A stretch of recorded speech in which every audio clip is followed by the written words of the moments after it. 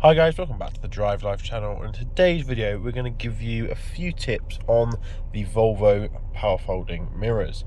Now these are an extra option that a lot of Volvos came with from the factory. It seemed to be something that the dealer just stuck on straight away, and there's a few little hidden tricks and tips about these mirrors that a few of you may not already know. So yeah, in today's video I'm going to show you these and explain to you how these could be useful, etc, etc. So let's get straight into it.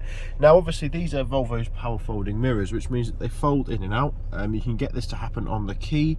If your car doesn't do that but you do have the folding mirrors, you need to go to the menu, down to car settings, side mirror settings, and you've got fold mirrors when locking. Super easy to get to, and a nice easy little change that could which I think looks nice because you can tell the car's locked. That's the most useful thing for me anyway.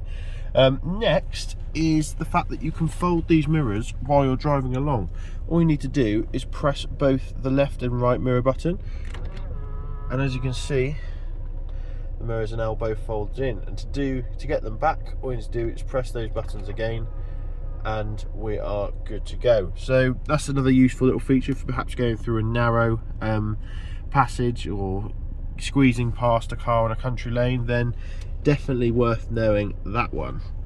Now my next feature is the fact that if you put the car in reverse like so, and you perhaps want to see the curb, then all you need to do is just press the corresponding side button as to the mirror you want. So if we want the right button, we want the right mirror to dip, then all we need to do is press the right button here, and as you can see, we can now see the lines and the curb, which again is a really useful feature. To get it back again, all you need to do is either press the button again, or if we set it back to dip again, you just need to take it out of reverse, put it into drive and start driving off, and the mirror will eventually fold back in, back to normal, which is, there we go, just like that. So it's nice and easy, and yeah, it'll automatically do it without you even having to touch it. So nice little feature there. Definitely useful. Next feature is going to be the fact that we've got heated mirrors in this, although there's no specific button, and that's because it's done on the demister here. So once the demister's turned on, the mirrors will automatically defrost. Now, interesting fact is that these cars are fitted with automatic defroster or automatic rear demister. So if the temperature is below 5 degrees, then the mirrors themselves and the rear windscreen will automatically set to defrost, which is an awesome little feature, I think. It's nice and handy, and yeah, just a good feature all around. Next I'm going to be talking about this little logo here. Now you've probably all seen it. I'll zoom it in so you guys can see it better. No, not going to happen. There we go, saw it briefly. Right, let's lock the focus there. So this little logo here means that the mirror has been treated with Volvo's super sort of water resistant coating. Means that water just beads off it, and I must admit it does work.